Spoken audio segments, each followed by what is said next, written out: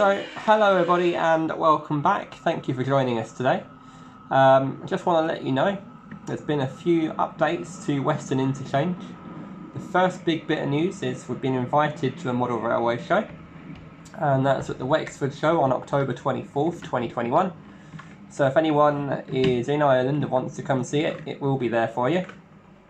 The second bit of news is we have installed lighting across the layout. So I'm going to show you that in a moment. And the third bit of news is our car park finally arrived. So I now have that installed and I can show you what we did. And on a side note, we have a new project. We bought the two power cars, the two ends of a Class 800. As you can see, it's in a bit of poor condition. But we're going to see what we can do for those. They were a bargain purchase, and I shall have some videos in the future of us attempting to repair it. So, without further ado, we're going to look at the lights first, and I'll show you what we've been up to.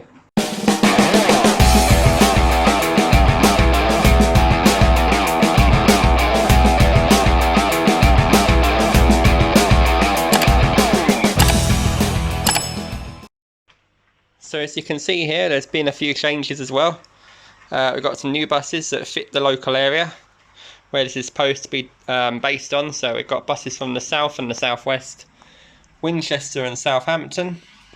For that one, it's one of the Blue Star buses. And we got some Devon and I don't know where that other one's from, sorry.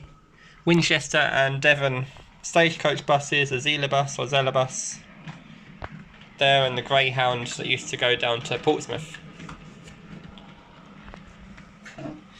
Now you can see all the lights have been installed. They are all functional. So I'm going to turn those on now. There's a little switch under the layout. In fact, if we have a look under here, you can see I was very busy installing those. We've got it all in the conduit. And there's a little switch just here, little button. Press that. And everything come on.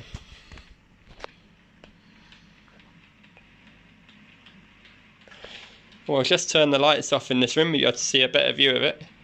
Alexa, lights off. There you are. So I think these are the right lights to have for like a interchange shopping centre sort of area. We've got the pairs of lights here. We've got a low light and a high light is the low one, and the higher one. The low ones are facing towards the walkways, and the higher ones for the road area, because it's got to light a bigger area up. So they were ideal for that.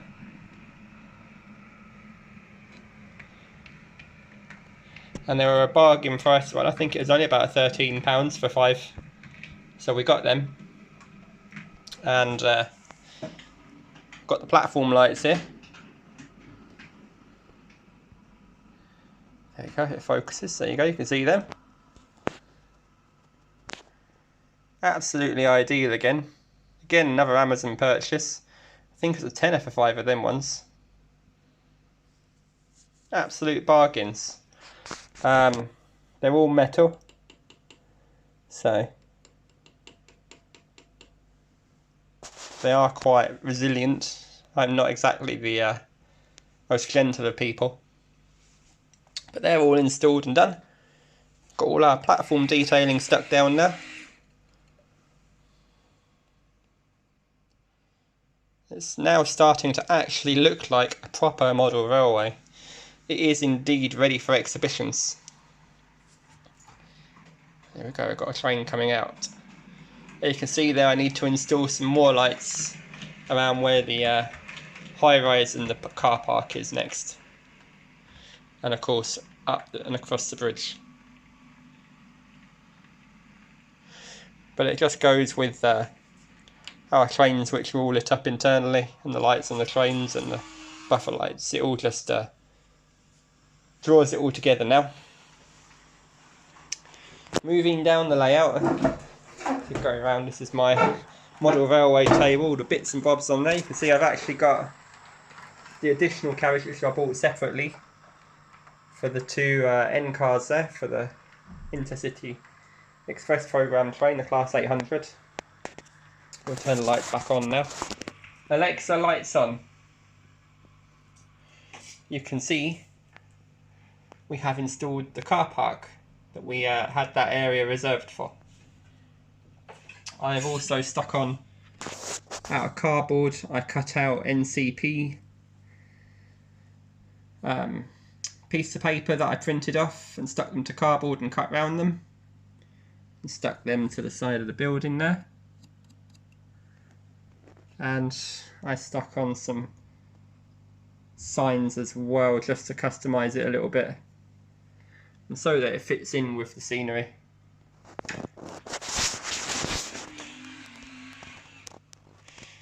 Looking down here, you can see that all of the greenery is now put in. Everything is now bedded in the way it should be. Moving down this end of the layout, you can see we've got a yard light as well. That works. I'll turn that on now. There you are. I've actually got another two of those, I just misplaced them. So once we find those, we're going to install the other one in the middle and one at the end. We'll have those on there.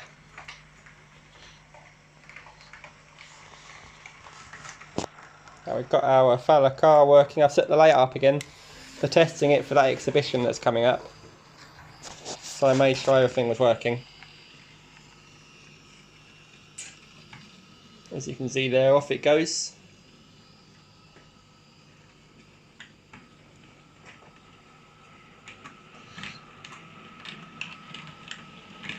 Fits down where the scenery is now. Make sure everything all clears it.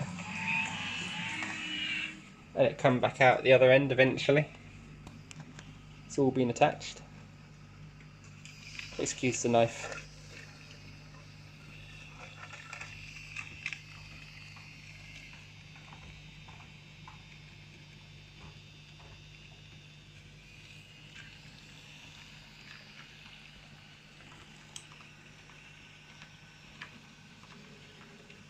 And of course, we have additional cars that have arrived and lorries.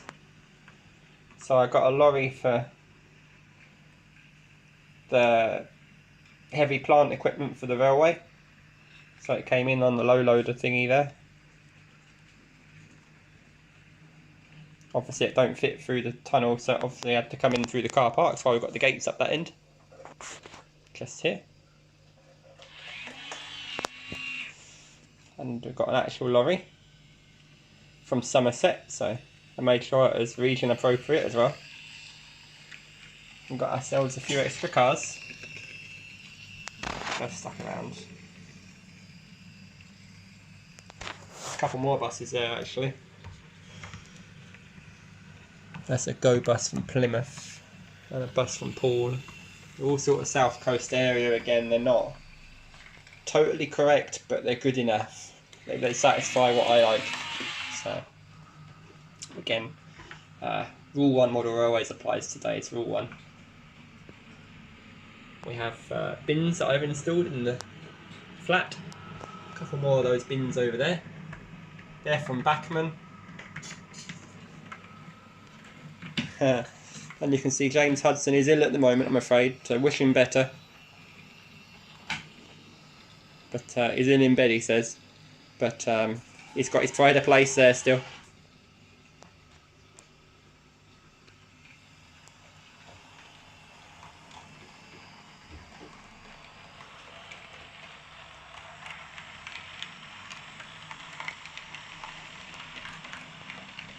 That's it for the update, really.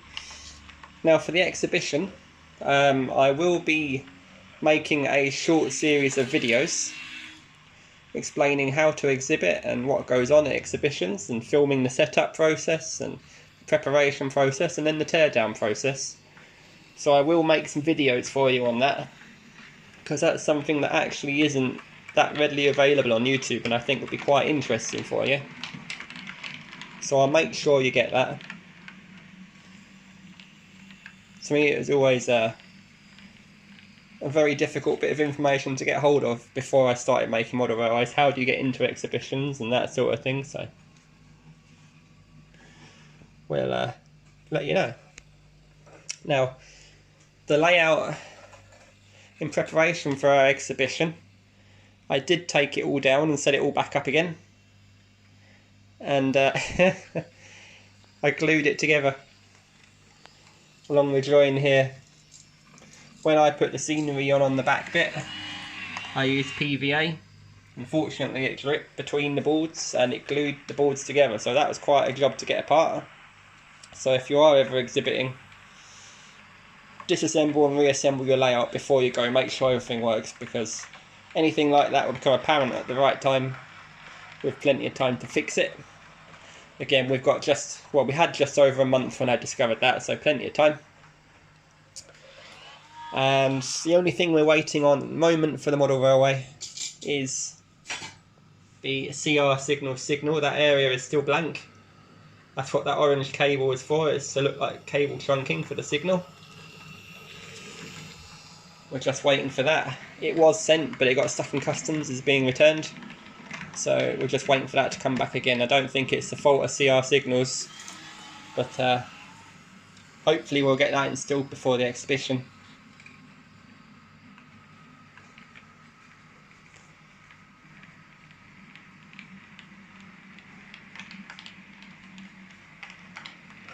Everything's running lovely and smoothly.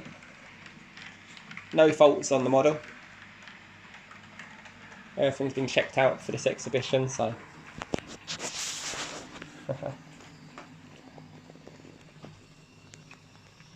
all running hunky-dory.